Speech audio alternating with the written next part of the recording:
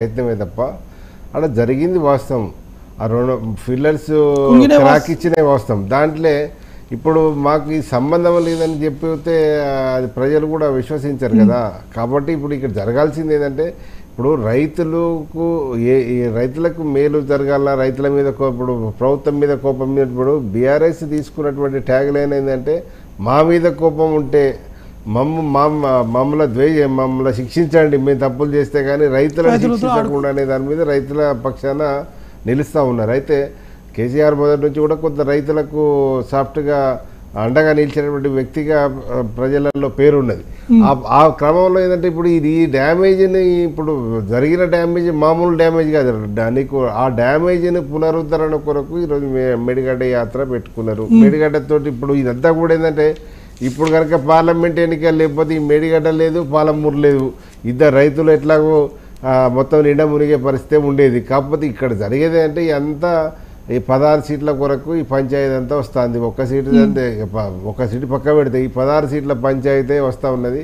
నేను ఇప్పుడు రేవంత్ రెడ్డి గారు నిన్న కేరళ సభ పోయి మేము 14 తగ్గకుండా మేము 14 ఇస్తా అని చెప్పేసే వచ్చిండు. అంటే ఇదంతా కూడా అంటే బీఆర్ఎస్కి ఏం లేదు అనే పద్ధతిలో చెప్పారు. అయితే ఇప్పుడు నిజంగానే చెప్పినట్టు రేపు మనం ఈ మాత్రము సంజాయిషి ఇచ్చుకోకపోతే మేడిగడ్డ ప్రాజెక్టుకు జరిగినటువంటి నష్టాన్ని మనం చెప్పుకోకపోతే భారీ నష్టం జరుగుతుందనే ఒక ఆలోచనతో ఈరోజు ఆ ప్రయత్నంగా అవపడుతున్నది. మళ్ళీ అందులో పర్టికులర్గా ఇద్దరు ఇరిగేషన్ మినిస్టర్ మాజీ హరీష్ రావు కావచ్చు, గత ఉమ్మడి ఆంధ్రప్రదేశ్లో ఎవరు కడియం శ్రీయర్ కావచ్చు, వీళ్ళందరూ ఉన్నారు.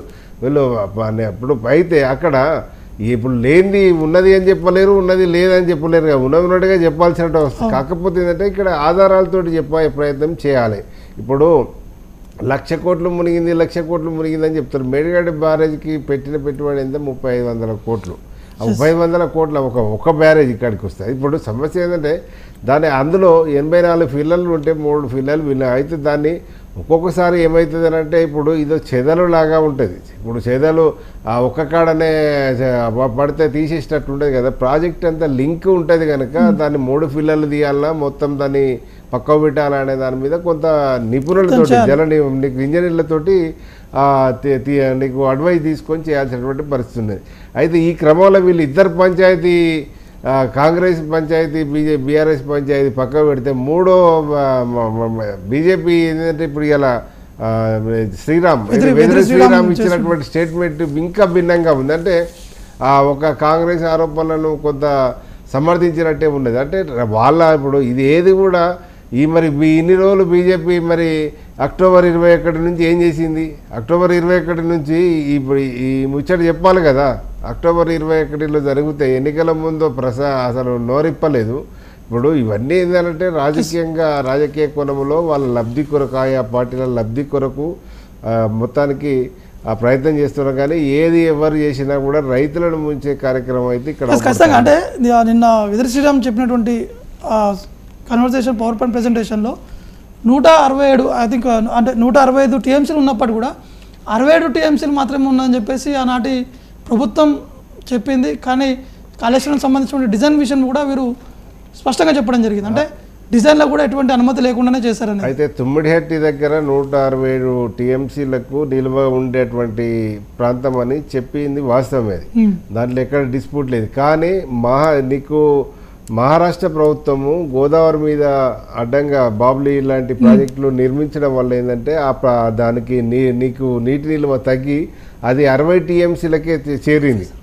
60 టీఎంసీలకే చేరడం వల్ల ఏంటంటే ఇది మనం ఇంత పెద్ద ప్రాజెక్టును, ఈ బృహత్తరమైనటువంటి ప్రాజెక్టును ఇక్కడ ఇప్పుడు ఇదంతా కంటే ఏంటంటే కాళేశ్వరము పూర్వం అంతా కూడా చేవెళ్ళ నీకు ఇది ప్రాణయితే కదా. దానికి ఆల్రెడీ అది కాంగ్రెస్ హయాంలోనే దానికి బీజం వేసినట్టు, తెలంగాణ ఉద్యమం ఉధృతంగా సాగుతున్న క్రమంలో అది బీజం వేసినటువంటి పరిస్థితినే.